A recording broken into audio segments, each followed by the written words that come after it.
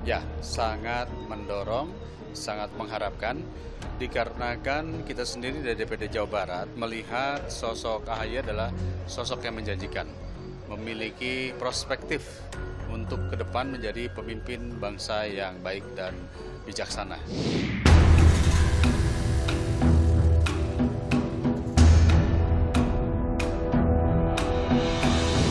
Di sisa waktu 6 bulan menuju Pilpres 2024, bakal calon presiden dari Koalisi Perubahan Anies Baswedan terus didesak oleh Partai Demokrat untuk segera umumkan siapa yang menjadi pendampingnya. Bagaimana kemudian melihat sosok pendamping yang paling mungkin ideal begitu bagi Anies Baswedan? Kita bahas hal ini bersama dengan Direktur Eksekutif Indikator Politik Indonesia Burhanuddin Muhtadi. Bung Burhanuddin, terima kasih sudah bersama Niluh, sehat selalu. Jadi kalau melihat strategi Anies yang sampai sekarang belum umumkan siapa pendampingnya, apa yang terjadi menurut Anda?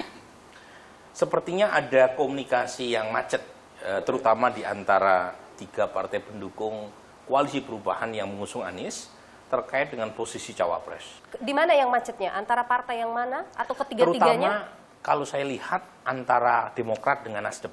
Apa yang terjadi? Jadi kalau PKS kan nothing to lose karena basis partai PKS cenderung sudah klop untuk memilih Anies Baswedan.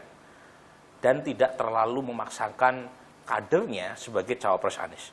Yang menjadi persoalan kan komunikasi antara 2 partai pendukung Anies Baswedan, yaitu Demokrat yang terkesan memaksakan AHY sebagai cawapres, meskipun ada dasarnya ya, mengapa AHY diusulkan sebagai cawapres Mas Anies, dengan Nasdem yang terkesan di publik, Nasdem ini masih belum menerima AHY sebagai cawapres Anies Baswedan.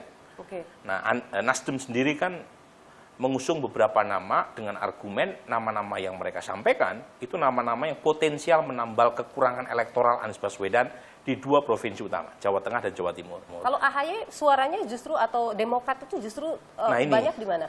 Jadi kalau kita lihat, Mas AHY secara nasional itu elektabilitasnya sebagai cawapres termasuk peringkat keempat terbesar. Yeah. Tetapi kalau kita telisik lebih jauh, dari mana basis pendukung Mas AHY sebagai cawapres, itu umumnya di wilayah-wilayah Mas Anies sudah kuat. Oke, misalnya di Jawa Barat, kemudian di Sumatera Barat, di Aceh, di Riau, di Banten.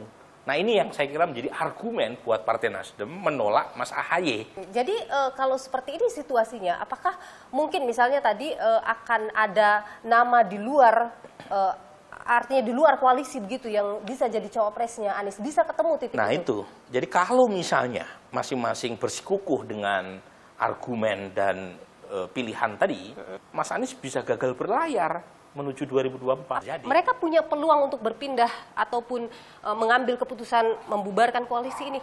Sekarang kan sudah ada tuh komunikasi-komunikasi yang intensif. Misalnya antara pimpinan fraksi maupun partai, Demokrat dengan Gerindra.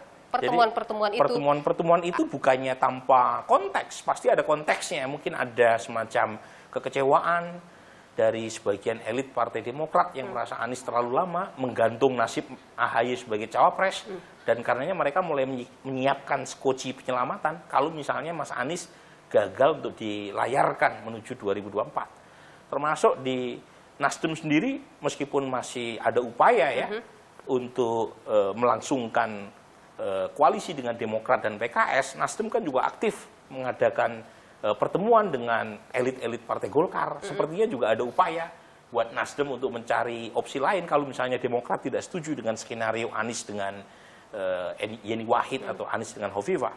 Misalnya Anies dengan Erlangga Hartarto. Itu kan berarti cukup tuh Nasdem dengan Golkar, Pak Pres. Jadi Anda sebagai Direktur Eksekutif dari Indikator Politik Indonesia menilai Anies AHY sesuatu yang possible atau impossible? Kalau misalnya tidak ada cara lain untuk melayarkan Anies sebagai cawapres tanpa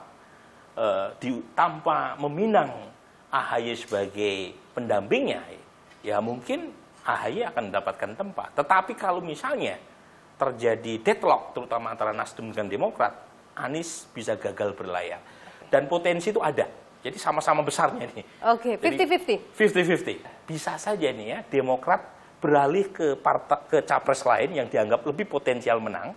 Dan meskipun Demokrat tidak mendapatkan insentif untuk mencawapreskan AHY bersama Prabowo misalnya, tapi setidaknya Demokrat berharap dapat power sharing kalau Prabowo menang. Jadi siapa yang paling menentukan di sini? Nasdem atau Demokrat?